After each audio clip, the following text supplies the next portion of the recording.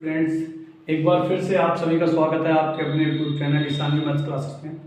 और बोर्ड परीक्षा के लिए उपयोगी प्रश्न जो है उसका पार्ट 3, इसका नाम है दो चर वाले रैखिक समीकरण युग्म। इसके जो महत्वपूर्ण सवाल हैं उन सवालों को आप लोगों के लिए लेकर आए हैं। मुझे उम्मीद है इससे पहले आपने इसका पार्ट 1 और पार्ट 2 को देख लिया होगा और अच्छी तरह से समझ लिया होगा। तो इस दो चर वाले रैखिक समीकरण युग्म में क्या है, जो इसमें सबसे ज़्यादा इंपॉर्टेंट सवाल स्टार्टिंग में रहते हैं वो रहते हैं कि इसमें k का मान निकालना पड़ता है, m का मान, x का मान या y का मान। तो दो चर वाले रैखिक समीकरण में हमें ये पता होना चाहिए अनंतता अनेक हल कब होते हैं, अद्वितीय हल कब होता है और कोई हल कब नहीं होता है। जब उन सवालों को आप कर लेंगे तो उन चीज़ों को आप याद हो गया तो उसके बाद आप इन सवालों को कर सकते हैं। तो पहले मैं बताऊंगा कि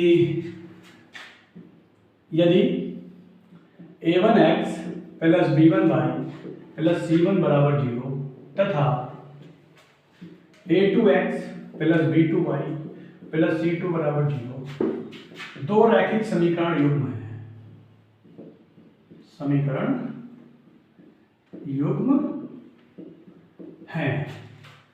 तो जो कंडीशन फर्स्ट है हमारी, यदि a1 बटे a2 बराबर नहीं है b1 बटे b2, क्या है दो रैखिक समीकरणें दी होंगी, उनसे हम a1 b1 c1 के मान, a2 b2 और c2 के मान ज्ञात करेंगे। याद करने के बाद a1 बटे a2 ज्ञात करेंगे, b1 बटे b2 ज्ञात करेंगे। यदि a1 बटे a2 बराबर नहीं है b1 बटे b2 तो हम क्या करेंगे, अद्वितीय हल होगा, अद्वितीय हल होगा और ग्राफ पर रेखाएं प्रतिच्छेद करेंगी।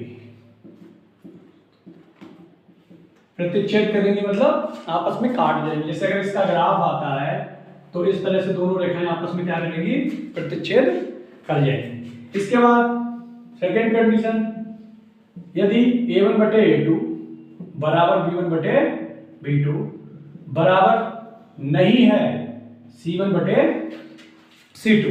भाई सबसे पहला काम हमारा a1 बटे a2 b1 बटे b2 निकालना। अगर ये बराबर नहीं है तो हमें c1 बटे c2 निकालने की कोई जरूरत नहीं है। अगर a1 बटे a2 बराबर b1 बटे है b2 तो हमने क्या करना है, c1 बटे c2 ज्ञात करेंगे। अब a1 बटे a2 बराबर b1 बटे b2 बराबर नहीं है c1 बटे c2 तो कोई हल नहीं होगा, कोई हल नहीं होगा। और ग्राफ जो है, ग्राफ पर रेखाएं समांतर होगी, समांतर होगी। जैसे अगर ग्राफ हम बनाते हैं तो रेखाएं इस तरह से आपस में कैसी होंगी, समांतर होंगी, जो कि आपस में कहीं प्रतिच्छेद नहीं करेंगी। इसका मतलब क्या हो जाएगा, इनका कोई हल नहीं होगा। अब इसके बाद जो तीसरी कंडीशन आती है, यदि a1 बटे a2 बराबर है b1 बटे b2 और c1 बटे c2 तीनों बराबर होगा तो a1 बटे a2 बराबर b1 बटे b2 बराबर c1 बटे c2 तो हमारा क्या होगा, अनेक हल होंगे, अनेक हल होंगे और ग्राफ पर रेखाएं समपाती होंगी, समपाती होंगी। समपाती मतलब ये जो पहली रेखा होगी इसी के ऊपर और दो बिंदु भी हमारे क्या कर जाएंगे, लाई कर जाएंगे। तो यदि a1 बटे a2 बराबर b1 बटे b2 बराबर c1 बटे c2 है तो क्या होगा, हमारे अनेक हल होंगे और ग्राफ पर रेखाएं कैसी होंगी, समपाती होंगी। अब इसके बाद इसमें कभी कोई पूछ लेता संगत क्या है और असंगत क्या है। तो जिसमें हमारे हल हैं ये होंगे हमारे संगत, ये भी होगा कैसा, संगत। और जिसमें हल हमारा नहीं है ये होगा हमारा असंगत। तो इसका मतलब ये हो गया, अगर संगत असंगत पूछेगा तब भी आपको यही काम करना है, k का मान पूछ रहा है तब भी आपको यही देखना है। अब ये तीनों चीजें क्लियर होने के बाद अब हम क्या करेंगे, इसके सवाल को लगा पाएंगे। अब सवाल कैसे लगाएंगे, पहला सवाल देखिए,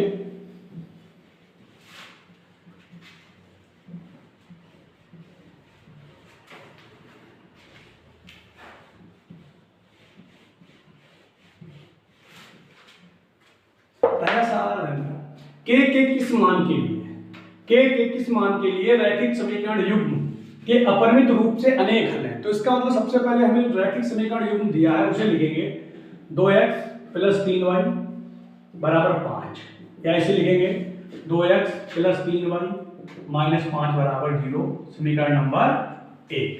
इसी प्रकार की दूसरी है 4x + ky बराबर 10, 4x + ky - 10 बराबर 0, समीकरण नंबर 2। दोनों समीकरण हमने क्या कर लिए, पहले नोट कर लिए। नोट करने के बाद क्या करना है, अपरिमित रूप से अनेक हल है, तो कि पहले बताया था मैंने a1 b1 c1 a2 b2 c2 याद करेंगे। तो जो समीकरण 1 है इसकी तुलना हम करेंगे a1x + b1y + c1 बराबर 0 से तुलना करने पर। a1 बराबर आ जाएगा 2, b1 बराबर आ जाएगा 3, c1 बराबर आ जाएगा -5।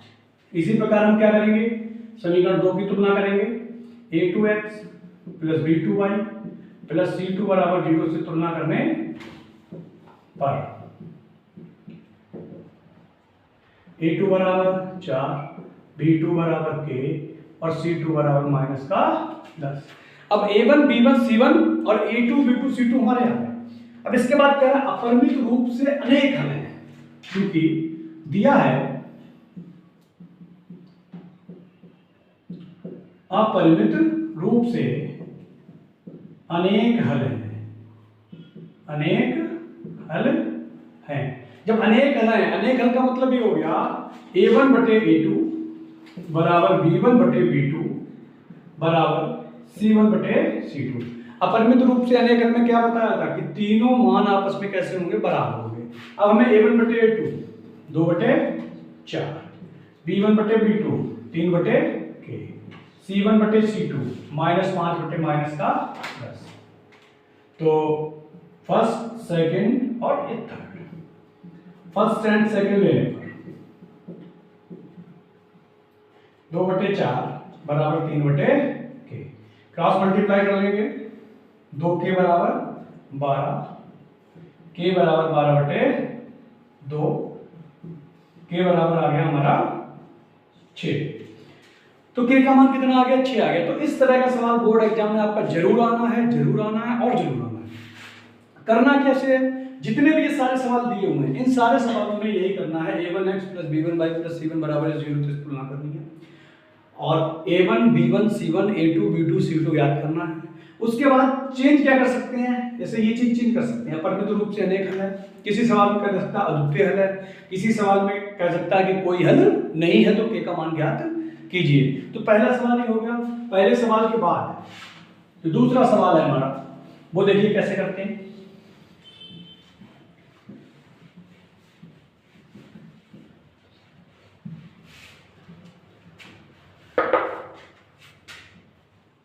दूसरा सवाल है हमारा x - y बराबर 2 और x + y बराबर 2। ये समीकरण नंबर 1 और ये समीकरण नंबर 2। कह रहा है इन्हें हल कीजिए। हल करने की जो दो विधियां हैं हमारी सिलेबस में इस बार, एक है प्रतिस्थापन विधि और दूसरी है विलोपन विधि। प्रतिस्थापन विधि और विलोपन विधि अगर आपको बहुत ज्यादा डिटेल में देखनी है तो इसके वीडियो मैं शेयर कर दूंगा, लिंक पहले से ही बने हुए हैं। तो बहुत ज्यादा डिटेल में अगर देखनी है तो उन वीडियोस को आप लोग जरूर देखें। तो इसमें चूंकि कोई विधि नहीं दी हुई है तो आप स्वतंत्र है, आप प्रतिस्थापन विधि से करते हैं या विलोपन विधि से करते हैं। इस सवाल को अगर विलोपन विधि से करना है तो विलोपन विधि के लिए थोड़ा सा बताता भी चाहूंगा। विलोपन विधि में सबसे पहले क्या करते हैं, x अथवा y इनके गुणांक देखते हैं। अगर गुणांक बराबर होते हैं, अब इसमें देखो गुणांक बराबर है, x के भी बराबर है और y के भी बराबर है। गुणांक बराबर होने के बाद जिसे हमें विलोप करना होता है, अगर x को विलोप करेंगे तो x के चिन्ह देखेंगे, y को विलोप करेंगे तो y के चिन्ह देखेंगे। इस सवाल में हम x को भी विलोप कर सकते हैं और y को भी विलोप कर सकते हैं। अब मान लो हमें y को विलोप करना है, तो y को विलोप करना है तो इनके चिन्ह देखेंगे, माइनस का है ये प्लस का है, अलग अलग अलग अलग चिन्ह जब भी हो तो आपस में ऐसे ही जोड़ देंगे। अब मान लो अगर x को विलोप करना है तो x इसमें भी प्लस का है और इसमें भी प्लस का है, तो हम घटाएंगे। ठीक है, तो वो आपके ऊपर डिपेंड करता है आपको किसे विलोप करना है। मैं यहाँ पर y को विलोप करूंगा तो माइनस है प्लस है, ये आपस में कैंसिल हो जाएगा, x प्लस x कितना हो जाएगा 2x, 2 और 2 कितने हो जाएंगे 4, x बराबर 4 बटे 2 दूनी 4, x बराबर 2। समीकरण 1 में रखने पर। समीकरण 1 हमारी कौन सी है? x माइनस वाई बराबर 2, 2 माइनस वाई बराबर 2, माइनस वाई बराबर 2 माइनस 2, माइनस वाई बराबर 0, वाई बराबर 0। अतः हमने विलोपन विधि से निकाला है x बराबर 2 और y बराबर 0। ये हमारा क्या हुआ? ये हमारा विलोपन विधि से x और y का मान आ गया। हम इसे प्रतिस्थापन विधि से भी कर सकते थे। तो ये आप स्वयं के ऊपर डिपेंड करता है कि आप इसे प्रतिस्थापन विधि से करते हैं या इसे विलोपन विधि से करते हैं। तो ये हमारा विलोपन विधि से मैंने किया है, क्योंकि अगला सवाल प्रतिस्थापन विधि से पूछ रहा था, इसलिए मैंने इसको विलोपन विधि से ही कर दिया। अब विलोपन विधि से करने के बाद जो अगला सवाल है हमारा, वो पूछना है किससे? प्रतिस्थापन विधि से। सवाल देखिए पहले क्या है। 2x प्लस 3y बराबर 18, समीकरण नंबर 1, और x माइनस 2y बराबर 2, समीकरण नंबर 2। इसे हल करना है हमें प्रतिस्थापन विधि से, जिसे सब्स्टिट्यूट मेथड भी कहते हैं। सब्स्टिट्यूशन मेथड, प्रतिस्थापन विधि, नाम से ही पता चल रहा है प्रतिस्थापन विधि। प्रतिस्थापन मतलब एक समीकरण से x या y का मान दूसरे में प्रतिस्थापित कर देंगे, रख देंगे, तो इसीलिए इसे प्रतिस्थापन विधि कहा गया। अब क्या करना है हमें? चाहे समीकरण 1 से चाहे समीकरण 2 से, एक समीकरण से x या y का मान निकालेंगे और दूसरी वाले समीकरण में क्या कर देंगे? रख देंगे। हमने यहाँ पे सरल लगा हमें, समीकरण 2 से x बराबर क्या हो जाएगा? 2 प्लस 2y, इसे ऐसे कर देना बंद, इसे डाल देना समीकरण नंबर 3। एक इसमें रख देंगे समीकरण, जब 2 से निकाला है तो समीकरण 1 में रखने पर। तो समीकरण 2 से जो हमने x का मान ज्ञात किया है वो किसमें रख देंगे? 1। तो पहले 1 लिख लेना, 2x प्लस 3y बराबर 18 है। अब 2x का मान निकाला, ब्रैकेट में लिखना है वैसा, 2 प्लस 2y प्लस 3y बराबर 18, 2 दूनी 4, 2 दूनी 4y, 3y बराबर 18 है, 4 और 3 7y, 18 माइनस 4, 7y बराबर 14, y बराबर 14 बटे 7, 7 दूनी y बराबर कितना आ गया? 2। किसमें रखेंगे? समीकरण 3 में, इसीलिए मैंने समीकरण 3 रखा। रख 1 में भी सकते हैं, रख 2 में भी सकते हैं, और रख 3 में भी सकते हैं। 3 से हमारा सरल पड़ेगा, इसलिए 3 में रखा। तो x बराबर कितना? 2 प्लस 2y, 2 प्लस 2y की जगह 2, 2 प्लस 2 दूनी 4, x बराबर 4 और 2 6। यहां से हमारा x बराबर 6 और y बराबर 2। ये हमारा आ गया x और y के मान। ये हमारी कौन सी विधि हो गई? प्रतिस्थापन विधि हो गई। 2 ही रह गई है तुम्हारे सिलेबस में। इससे पहले बज्रगुणन भी थी और ग्राफीय विधि थी। ग्राफीय विधि के चूंकि एक आध सवाल दिया हुआ है तो वो करा देंगे। तो ये प्रतिस्थापन विधि से हमारा क्या हो गया? x और y का मान ज्ञात हो गया। अब इसके बाद k का मान ज्ञात करना, विलोपन विधि और प्रतिस्थापन विधि, इन तीनों विधियों के बाद फिर से हमारे k के मान वाले सवाल आ गए। क्योंकि ये सवाल बहुत ज्यादा इंपॉर्टेंट है और लगभग हर परीक्षा में 1 से 2 नंबर का आता ही आता है। तो इसके जितने भी सवाल थे मैंने आपको सारे कराने का सोचा। तो अब ये तीसरा सवाल होगा। तीसरे सवाल के बाद हमारा कौन सा सवाल आएगा? चौथा सवाल। देखिए, ध्यान से देखिएगा,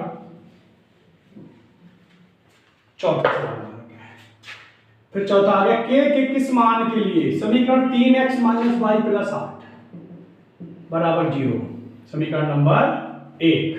दूसरी दी है 6x माइनस के वाई बराबर माइनस का 16, तो 6x माइनस के वाई प्लस का 16 बराबर 0, समीकरण नंबर 2। समीकरण दी है, संपाती रेखाएं निरूपित करेगा। संपाती रेखाएं निरूपित करेगा मतलब रेखा एक के ऊपर एक होगी। तो एक के ऊपर एक के लिए क्या बताया था? अनंतता अनेक हल होंगे। और उसकी कंडीशन क्या थी? उसकी कंडीशन थी, चूंकि तो उस कंडीशन को निकालने के लिए हमें पहले a1 a2 b1 b2 और c1 c2 ज्ञात करने पड़ेंगे। तो सबसे पहले हम क्या करेंगे? समीकरण 1 की तुलना करेंगे, a1x plus b1y plus c1 बराबर 0 से तुलना करने, तुलना करेंगे तो a1 बराबर 3, b1 बराबर -1, c1 बराबर 8। फिर 2 की तुलना करेंगे, a2x plus b2y plus c2 बराबर 0 से तुलना करने पर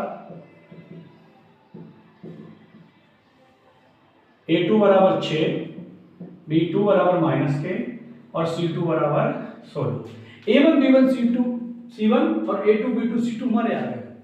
अब दिया है चूंकि संपाती रेखाएं निरूपित करती हैं, संपाती रेखाएं निरूपित करती हैं,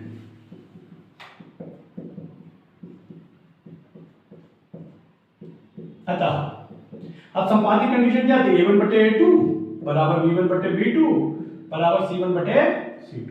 A1 कितना है 3, A2 6, B1 कितना है -1, B2 कितना है -, C1 कितना है 8, C2 कितना है 16। First second third, first and second से 3 बटे 6 -1 बटे माइनस का k, माइनस से माइनस चला जाएगा, हो जाएगा 3k = 6, तो k = 6/3, k बराबर 2। यहां से k का मान हमारा कितना आ जाएगा 2। इसका मतलब अगर इस k की जगह 2 होगा तो हमारी रेखाएं आपस में कैसी होंगी? संपाती होंगी। अगर 2 के अलावा k का और कोई मान होगा तो ये रेखाएं आपस में संपाती नहीं होंगी। तो इस तरह से ये सवाल भी उसी तरह से लगा जैसे हमारा पहला सवाल लगा। अब 4 के बाद आएगा सवाल नंबर 5। देखिए किस तरह से करते हैं।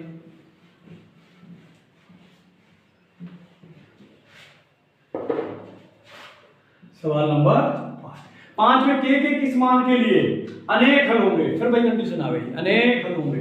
तो पहले समीकरण में लिखेंगे kx + y बराबर k², या ऐसे लिखेंगे kx + y - k² बराबर 0, समीकरण नंबर 1।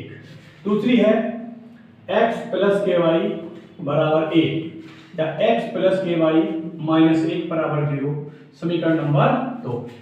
बराबर में 0 होना बहुत जरूरी है, क्योंकि जो हमारी स्टैंडर्ड फॉर्म होती है वो ax + by + c बराबर 0 होती है, जिससे हम क्या करते हैं? तुलना करते हैं। तो इसके बाद हमें क्या करना है? a1x + b1y + c1 बराबर 0 से तुलना करने पर a1 हमारा आ गया k, b1 बराबर आ गया 1 और c1 हमारा आ गया -k²। फिर समीकरण 2 की तुलना करेंगे, a2x + b2y + c2 बराबर 0 से तुलना करने पर a2 बराबर 1 आ गया, b2 बराबर k आ गया और c2 बराबर -1 आ गया। अब दिया कि अनेक हल होंगे, क्योंकि दिया है अनेक हल होंगे, अतः क्या a1 बटे a2 बराबर b1 बटे b2 बराबर c1 बटे c2। अब a1 हमारा क्या है? k बटे 1 बराबर b1 1 बटे k बराबर c1 -k² बटे -1। फिर से ले लेंगे फर्स्ट सेकंड थर्ड, सब में करना फर्स्ट एंड सेकंड से k बटे 1 बराबर 1 बटे k² बराबर 1, k बराबर ±1। इसका मतलब अगर अनंतता अनेक हल हैं तो k का मान या तो प्लस का 1 होगा या माइनस का 1 होगा, इसके अलावा और कोई मान हम रख देंगे। सवाल नंबर 5 के बाद आएगा सवाल नंबर हमारा 6। अब 6 में क्या? k के मान ज्ञात कीजिए जिसके लिए kx + 2y बराबर 5 और 3x + y बराबर 1। इसमें दो पार्ट दिए हुए हैं। तो पहले द्विरैखिक समीकरण है, द्विरैखिक समीकरण है। तो बड़ी पहली समीकरण है वो दी हुई kx + 2y बराबर 5। ऐसे लिख सकते हैं kx + 2y - 5 बराबर 0, समीकरण नंबर 1। फिर दूसरी समीकरण है वो 3x + y बराबर 1, या 3x + y - 1 बराबर 0, ये हुई समीकरण नंबर 2। उसके बाद क्या करना है? हमें वही काम करना है जो हर सवाल में किया है, a1x + b1y + c1 बराबर 0 से तुलना करने पर a1 बराबर k, b1 बराबर 2, c1 बराबर -5। फिर इसकी तुलना करेंगे a2x + b2y + c2 बराबर 0 से तुलना करने पर a2 बराबर 3, b2 बराबर 1 और c2 बराबर -1। जो x y के गुणांक होते हैं वो हम लिख देते हैं। अब इसमें दो पार्ट है। जो पहला पार्ट है, पहले पार्ट में क्या कह रहा है? अद्वितीय हल। अद्वितीय हल हो। तो अद्वितीय हल के लिए क्या a1 बटे a2 not equal to b1 बटे b2। अब a1 बटे a1 क्या है हमारा k, a2 क्या है 3 बराबर नहीं है, b1 2 b2 1। इसका मतलब k बराबर नहीं होना चाहिए 3 दूनी 6। अगर अद्वितीय हल चाहिए हमें तो k का मान 6 नहीं होना चाहिए। दूसरा है, दूसरे में कह रहा है कोई हल ना हो, कोई हल ना हो। तो कोई हल ना हो की कंडीशन जो है हमारी a1 बटे a2 बराबर b1 बटे b2 बराबर नहीं है c1 बटे c2। तो a1 बटे a2 k बटे 3 बराबर b1 बटे b2 2 बटे 1 बराबर नहीं हो -5 बटे माइनस का 1 कट जाएगा। तो k बराबर 6। इसे ऐसे कर लो, इसे फर्स्ट मानो, सेकंड मानो और थर्ड मानो। फर्स्ट एंड सेकंड से k बटे 3 बराबर 2 बटे 1, इसका मतलब k बराबर 6 तथा अब हम लेंगे फर्स्ट एंड थर्ड से k बटे 3 बराबर नहीं हो 5 बटे 1, इसका मतलब k 6 होना चाहिए और 15 नहीं होना चाहिए। अगर कोई हल नहीं हमें चाहिए तो k का मान कितना होना चाहिए 6 होना चाहिए और 15 नहीं होना चाहिए। 15 के अलावा कोई मान हो हमारा तो हमारा कोई हल नहीं होगा। तो इन सवालों को करने के लिए k का मान ज्ञात करने के लिए हमें जो 3 कंडीशंस हैं उन तीनों कंडीशंस को भली भांति क्या करना पड़ेगा, याद करना पड़ेगा और कैसे अप्लाई करना ये भी देखना पड़ेगा। अब सवाल नंबर 6 के बाद आएगा हमारा सवाल नंबर 7। सवाल नंबर 7 क्या है, k का मान ज्ञात कीजिए, अद्वितीय हल है, अद्वितीय हल है। तो फिर वही चीज आ गई, k का मान ही ज्ञात करना है। तो सबसे पहला काम हमारा वही होता है, जो द्विरैखिक समीकरणें होती हैं उन्हें क्या करते हैं, नोट करते हैं। तो द्विसमीकरणें, तो समीकरण पहली थी 2x प्लस ky बराबर 1, या इसे लिखोगे 2x प्लस ky माइनस 1 बराबर 0, ये होगी समीकरण नंबर 1। दूसरी है 3x माइनस 5y बराबर 7, या 3x माइनस 5y माइनस 7 बराबर 0, समीकरण नंबर 2। फिर तुलना करेंगे a1x plus b1y plus c1 बराबर 0 से तुलना करने पर a1 बराबर 2, b1 बराबर k और c1 बराबर माइनस का 1। फिर इसकी तुलना करेंगे a2x plus b2y plus c2 बराबर 0 से तुलना करने पर a2 बराबर 3, b2 बराबर -5 और c2 बराबर माइनस का 7। a1 b1 c1 और a2 b2 c2 तीनों हमें क्या करना है, ज्ञात करना ही करना है। अब क्योंकि इसमें दिया अद्वितीय हल है, दिया है अद्वितीय हल है, अब अद्वितीय हल है तो a1 बटे a2 बराबर नहीं होना चाहिए b1 बटे b2। अब a1 हमारा कितना है 2 बटे 3 बराबर नहीं होना चाहिए b1 कितना है k और b2 कितना है माइनस का 5। तो 3k not equal to 10 minus, तो k जो बराबर नहीं होना चाहिए 10 बटे 3, जो k का मान है वो माइनस के 10 बटे 3 के बराबर नहीं होना चाहिए। तो इस तरह से इन सवालों में हमें ये तो काम करना ही करना है, a1 b1 c1 a2 b2।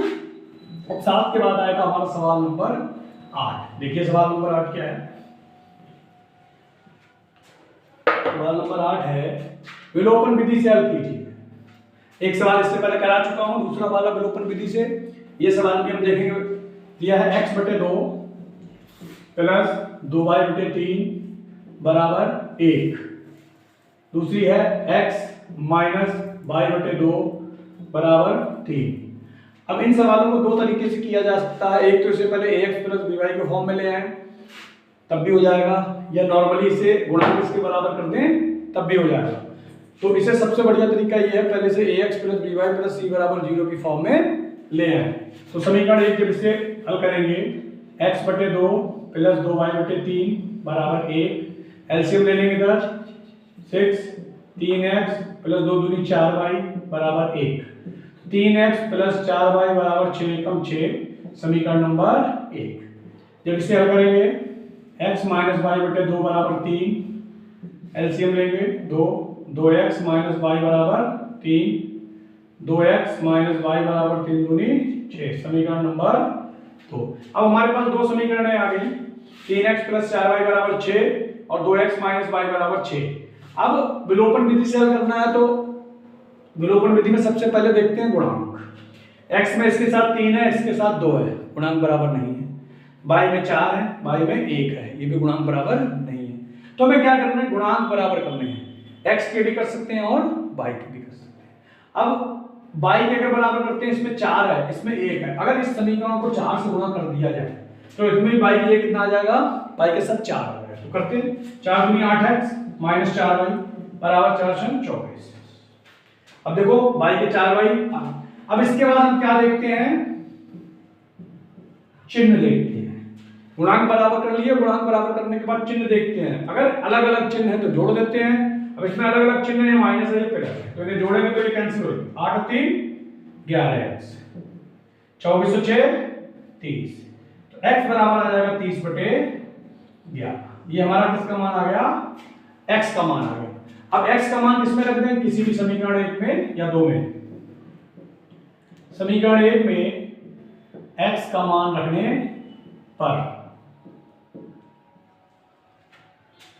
समीकरण 1 है हमारी 3x प्लस 4y बराबर 6, 3x लिखा 30 बटे 11 प्लस 4y बराबर 6, 90 बटे 11 प्लस 4y बराबर 6, 4y बराबर 6 माइनस 90 बटे 11, 4y बराबर एलसीएम ले लेंगे 11, 66 माइनस 90, 4y बराबर 10 में से 6 गए 4, 8 में से 6 गए 2, 24 बटे 11, y बराबर 24 बटे 11 गुणा 4, 4 छन 24, y बराबर आ गया 6 बटे 11। अब x और y के मान हमारे क्या हो गए, आगे x आ गया हमारा 30 बटे 11 और y आ गया हमारा 6 बटे 11। तो इस तरह से हमें क्या कहता है, विलोपन विधि का से जो है x और y के मान ज्ञात करते हैं। और ज्ञात करने के बाद अगर अपने उत्तर चेक करने हो तो x और y के मान जो आया इस समीकरण में रखने से LHS और RHS आपस में कैसे आने चाहिए, बराबर आने चाहिए, तब आपका उत्तर भी चेक हो जाएगा। अब 8 सवाल के बाद आएगा सवाल नंबर 9। सवाल नंबर 9 फिर से वही चीज आ गई, अद्वितीय हल है। इसका मतलब फिर A1 B1 C1 और A2 B2 C2 हम क्या करेंगे, ज्ञात करेंगे। देखो जो 9 है सवाल नंबर, P के किस मान के लिए निम्नलिखित समीकरण युग्मों के अद्वितीय हल होंगे। तो सबसे पहले दी समीकरण है,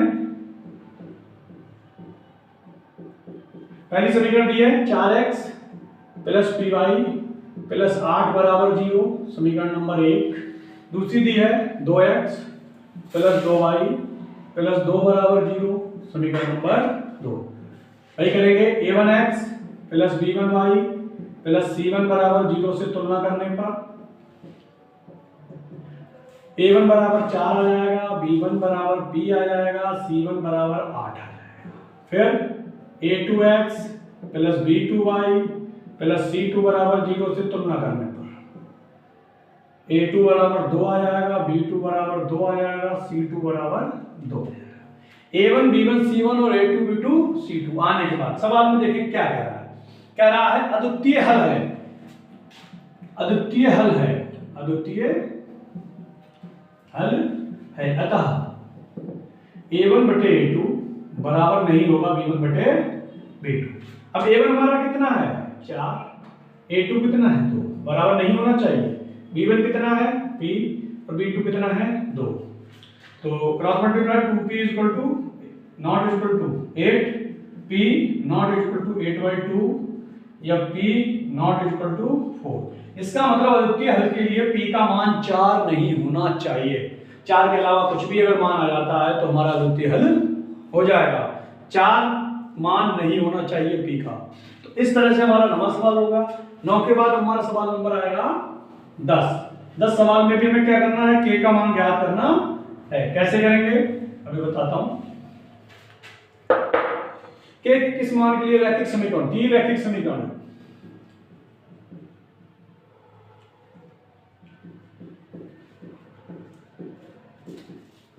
पहले दी है के x plus 3y minus bracket में के माइनस 3 बराबर 0, समीकरण नंबर 1।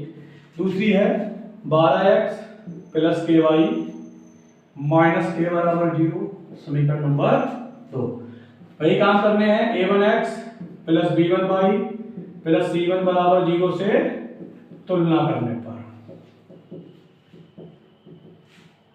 a1 बराबर के, b1 बराबर 3, c1 बराबर माइनस ब्रैकेट में के माइनस 3। इसकी तुलना करेंगे a2x plus b2y plus c2 बराबर 0 से तुलना करने पर a2 बराबर 12, b2 बराबर k और c2 बराबर माइनस के a1 b1 c1 और a2 b2 c2 आने के बाद दिया है अनेक हल हैं, क्योंकि दिया है अनेक हल हैं, तो अनेक हल की कंडीशन होती है a1 बटे a2 बराबर b1 बटे b2 बराबर c1 बटे c2। a1 हमारा क्या k बटे 12 बराबर b1 3 बटे k बराबर माइनस k माइनस 3 बटे माइनस का k, माइनस से minus, first second third, first and second से क्या हो जाएगा, फर्स्ट एंड सेकेंड से k बटे 12 बराबर 3 बटे k, cross multi k square equal to 36, k equal to root 36, k equal to plus minus 6। इसका मतलब अनेक हल के लिए k का मान ना तो प्लस का 6 होना चाहिए और ना ही माइनस का 6 होना चाहिए। तो इस तरह से जो है आपके दो चर वाले रैखिक समीकरण युग में जो के पी विलोपन विधि और प्रतिस्थापन विधि के सवाल थे, इंपॉर्टेंट सवाल, वो मैंने आपको इस पार्ट में बता दिए। इसके अगले पार्ट में आपको दो चर वाले रैखिक समीकरण की जो शब्दों पे आधारित या जो वर्ड्स वाले क्वेश्चंस हैं उन क्वेश्चंस के बारे में बताऊंगा। तो ध्यान से देखिए इस वीडियो को और इन वीडियोस को जो है बोर्ड परीक्षा के लिए आप अवश्य देखें और अच्छी सफलता को अर्जित करें। Thank you.